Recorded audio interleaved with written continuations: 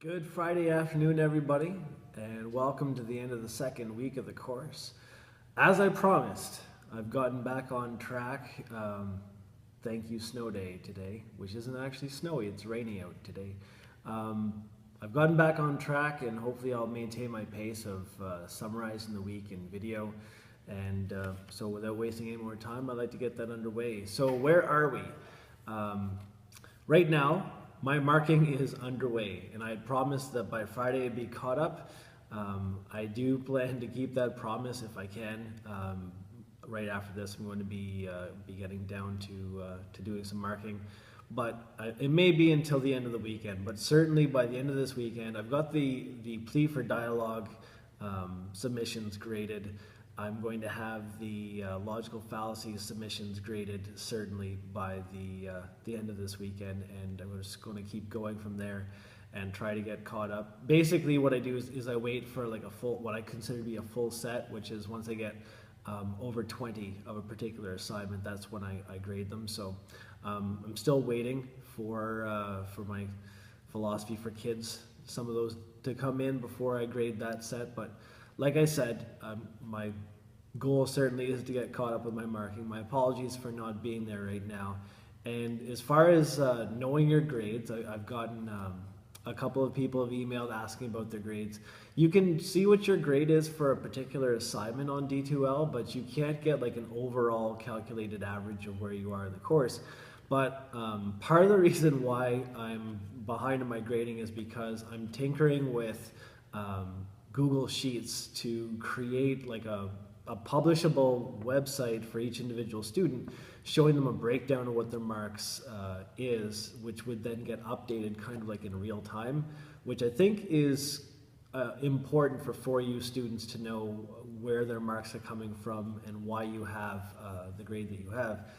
That's taken some time because it's a bit more complicated than what I currently have for my other courses, just because the nature of grading a variety of small assignments compared to a few large summatives. So please bear with me, but definitely by the end of the first unit, my goal is to have for each person in the course a link that you click and it takes you to a website that shows you exactly what your grade is and how it was calculated. The discussions are flourishing. That's another reason why I'm behind, is because I've been spending a lot of time following the discussions.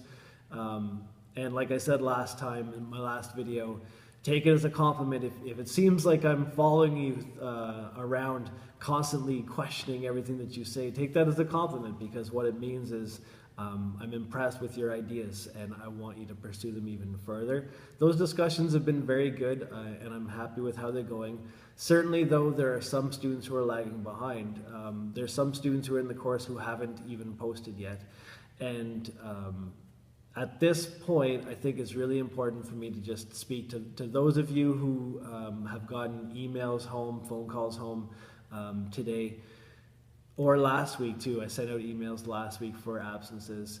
Do not allow yourself to get behind in a course, any course, but e-learning, there's, I think, a special temptation to procrastinate because you always think, well, I'll just do it later, but eventually time is going to run out for you. And you don't want to be behind in this course at this particular time, knowing that your midterm marks are going to be going off to universities for entry into your program. So don't procrastinate. It's a terrible habit to get into. We all procrastinate to like a certain amount. The trick is figuring out like what is reasonable and what is unreasonable, and I think not logging into the system for 2 weeks is unreasonable. Logging in every day and being online but not actually doing anything is not reasonable. You're setting yourself up for disaster, so consider yourself strongly encouraged to change your ways. And where else are we? Well, as far as content goes, the last thing that you were talking about is life from another perspective, and the question of whether or not you are enlightened.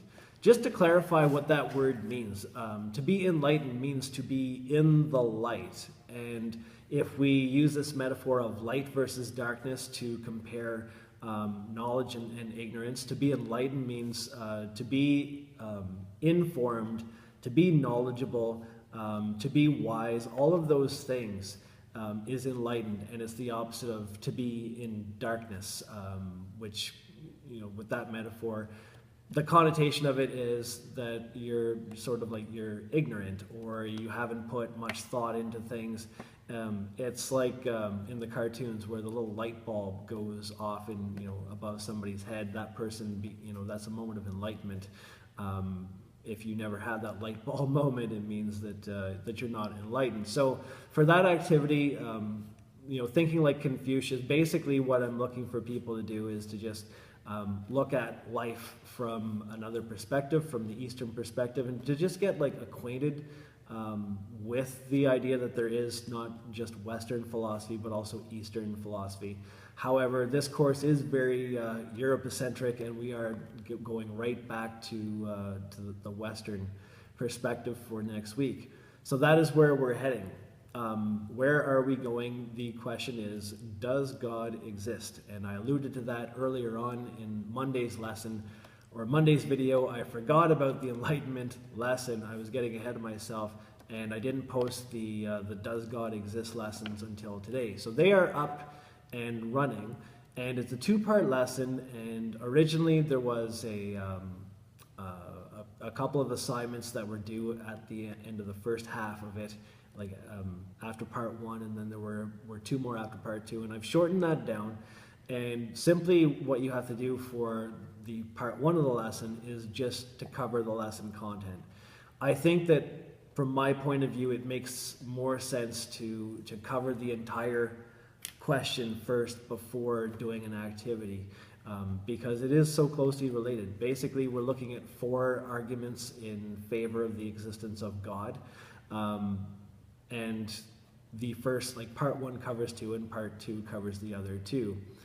For your assignment, you're going to be, this is a really good exercise in doing what Descartes encourages us to do, which is to reason, to set aside emotion, especially with something that can be so emotionally charged. Now, every once in a while, when I like to go online and I like to get involved in discussions. I don't involve myself so much by like becoming a participant anymore, as I think I just like to read comments and see the just to see the exchanges, because I think I get like a certain morbid curiosity over seeing people just like blurting out terrible arguments and butting heads with other people who are blurting out equally terrible arguments, unreasonable arguments, emotional arguments.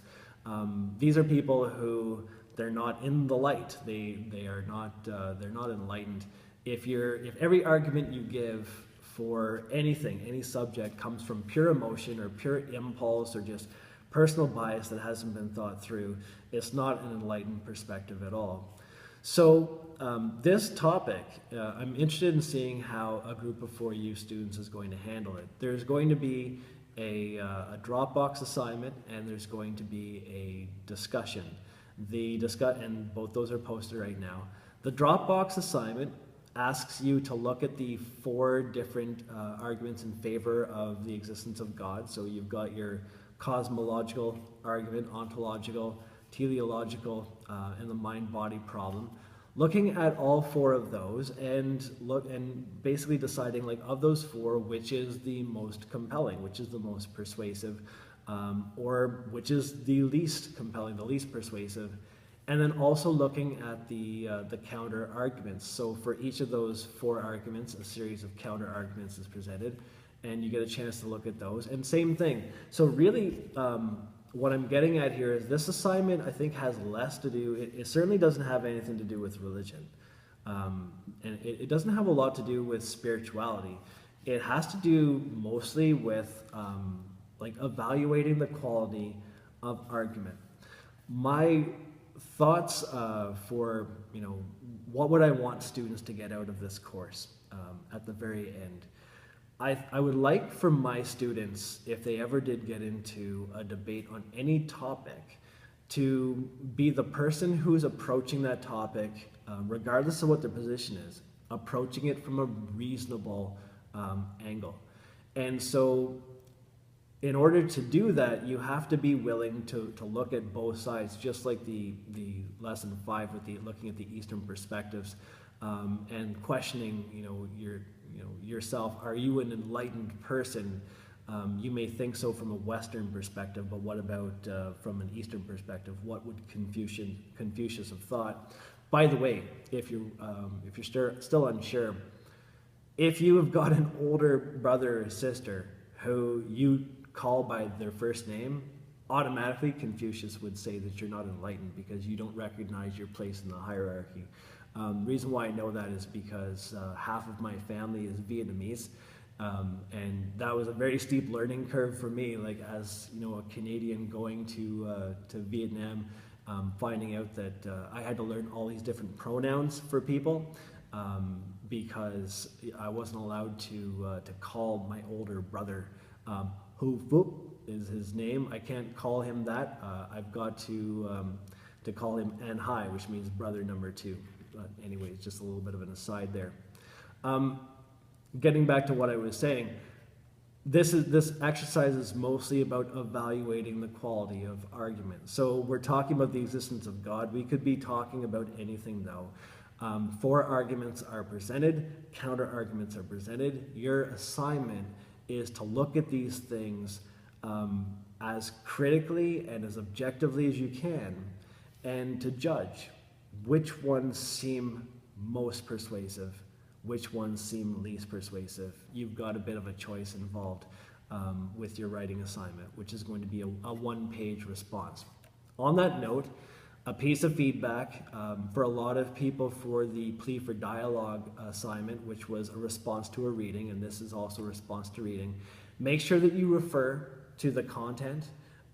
Don't just start teeing off with your own ideas without making some reference to the actual content. So what I'm getting at is your writing should, it should be clear to me that you did all of the reading. I should see that you're referring to what was said in the lesson. You're making use of that content. You're alluding to things that were said. It should be clear to me that you actually did the reading.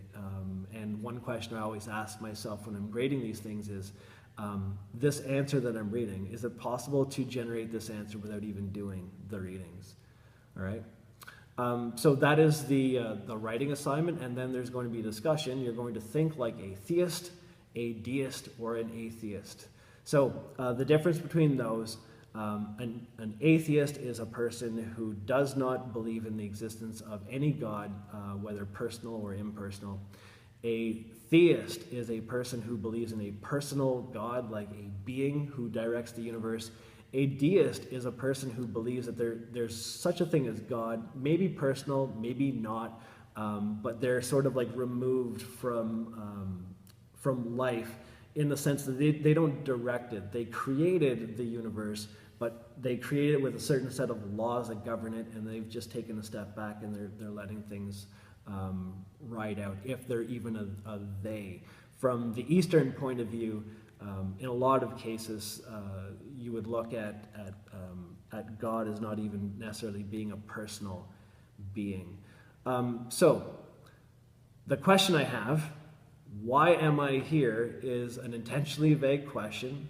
When you take a look at all 4 of those words, you can read into all 4 of them. The like I, like who exactly am I, or what am I? That really, depending on what your perspective is, that can differ. My opinion on who or what I am, if I'm an atheist versus a theist versus a deist, could be very different. Am, like the idea of being, what is being from the perspective of all 3 of these people? That's the reason why I'm leaving that question vague, is because I want you to be able to read into it, and I want to leave some room for some creative and interesting responses. All right. As always, as well, if you have any questions or concerns, please make sure that you email me, and I'll be happy to respond.